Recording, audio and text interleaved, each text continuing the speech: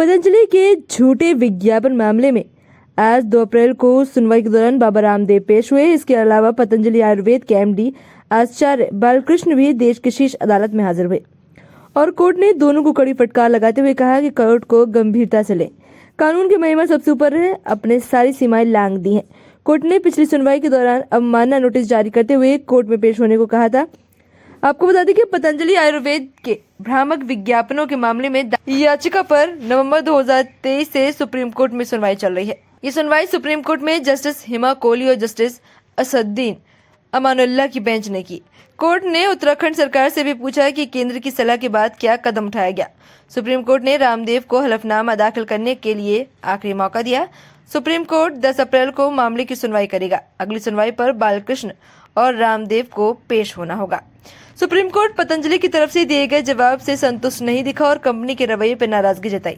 आपको बता दें कि रामदेव के वकील ने सुप्रीम कोर्ट से हाथ जोड़कर माफी मांगी।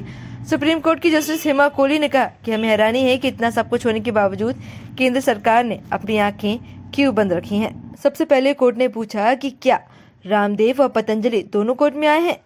इसके बाद कोर्ट ने कहा कि अगर हाँ तो हम जरूरत के मुताबिक उन्हें बुलाएंगे।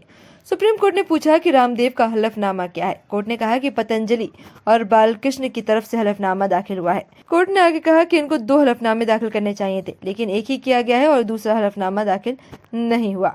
अवमानना नोटिस को लेकर सुप्रीम कोर्ट ने कहा कि हमने पहले कंपनी और एमडी को जवाब दाखिल करने को कहा। जब जवाब नहीं दाखिल किया गया तो अवमानना नोटिस जारी किया। बालकृष्ण के वकील ने उनसे एफिडेविट पढ़ने को कहा। इसके बाद कोर्ट ने फटकार लगाते हुए कहा कि आपकी माफी काफी नहीं है। जब सुप्रीम कोर्ट में सुनवाई चल रही थी तो पतंजलि विज्ञापन छापे जा रहे थे। सुप्रीम कोर्ट अदालत के आदेशों को हल्के में नहीं लिया जा सकता। देश सेवा का बहाना मत बनाइए, अदालत को गंभीरता से ले। सुप्रीम कोर्ट ने तल्ख टिप्पणी करते हुए कहा कि आपकी ओर से आश्वासन दिया गया और उसके बाद उल्लंघन किया गया। ये देश की सबसे बड़ी अदालत की तौहीन है और अब आप माफी मांग रहे हैं, ये हमें स्वीकार नहीं है। आपने एक्ट का उल्लंघन कैसे किया? आपने कोर्ट को अंडरटेकिंग देने के बाद भी उल्लंघन किया है। आप परिणाम के लिए तैयार हो जाए। सुप्रीम कोर्ट ने रामदेव पर टिप्पणी करते हुए कहा कि आप चाहे कितने ऊंचे हो, क्या आप कानून से ऊपर है? कानून की महिमा सबसे ऊपर है। बाबा रामदेव और आचार्य बालकृष्ण दर्शक दीर्घा से आकर कोर्ट के सामने खड़े हुए। कोर्ट ने कहा कि जिस हलफनामे के जरिए माफी मांगने या खेद जताने की बात कही जा रही है वो अब तक हमें नहीं मिला है।